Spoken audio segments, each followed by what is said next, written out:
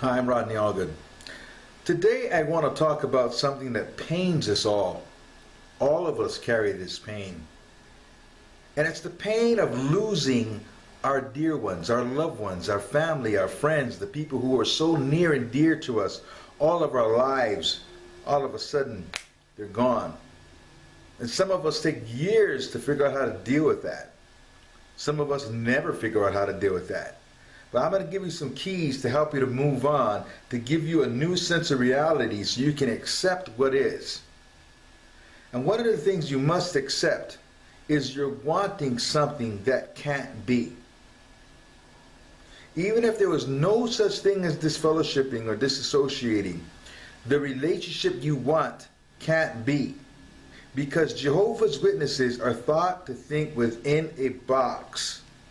And if you want to go far in life, if you want to accomplish great things in life, it's outside the box. When you start to understand and discover the real truths about the organization, it's outside the box.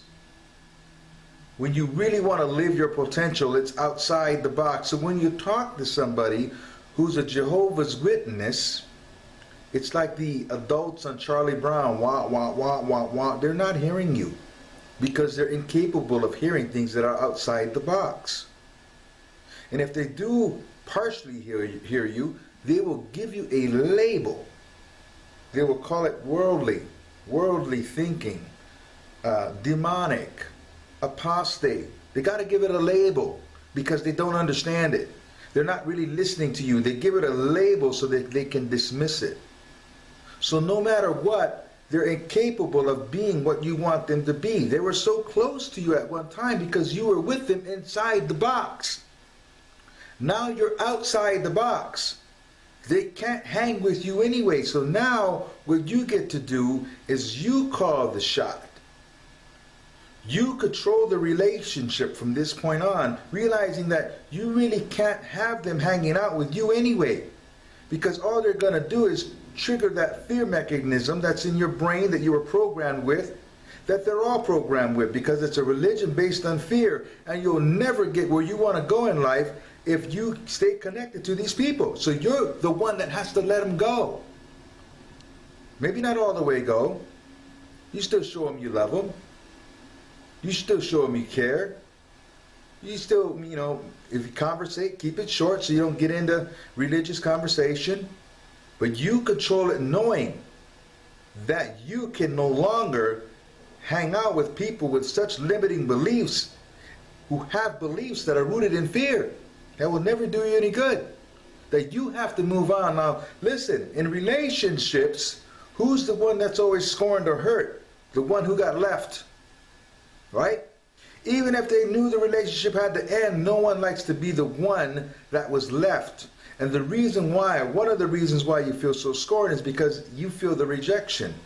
When you're in the supermarket and you see a Jehovah's Witness ignore you, you feel the rejection. From now on, understand that that relationship couldn't work anyway. That you've got to bring yourself down to this little small area just to hang out and talk to this person. That they're not in a space to even understand what it is you're talking about. And this is one way that you can move on, is to understand that that relationship probably needed to end anyway. Because their way of thinking will never fortify you to do the things that you're capable of doing. So I hope this made sense to some of you out there. That sometimes you outgrow relationships, and the reason why you're here is because you outgrew the religion. You chose to see outside of the box. Okay? So there's no sense in going back in the box and wanting something you can't have. It's like when people believed that the world was flat. When they believed the world was flat, if someone came from the other side of the world to an area that believed the world was flat and said, I came from the other side of the world, it's round. I came from the other side of the planet. They would call him a liar. They would say, no, you didn't. You probably came from down the way and just circled your boat around this way. No, you didn't. You probably went out at night when nobody saw you and came back. No, you didn't. You must be working with Satan. Are you a demon? You must be a demon. You must be working with the devil. See, they'd have to give it a label so they could understand it, because it's outside their box. In their minds, dragons and monsters are on the edge of the planet, where the horizon ends. That's their truth. So things have to fit within that truth. And they'll make up any story to make it fit. And that's what's going to happen to you. Understand that. Love them, but you've got to let a part or piece of the relationship die. It's time to move on, because you're not going to get what you want from them. They can't do it. Now, if their eyes ever open, they can. But until then, and they won't do it till they're ready, just accept that you outgrew it. It's time to write a new book. Put the old book on the shelf, enjoy the good parts and whatever it was, and write a new book. Not every character goes from one book to the next. Not every character is in the sequel of the next movie. Okay? This is your life. Make it grand. Make it big. Dream big. Dream often. Thank you for watching.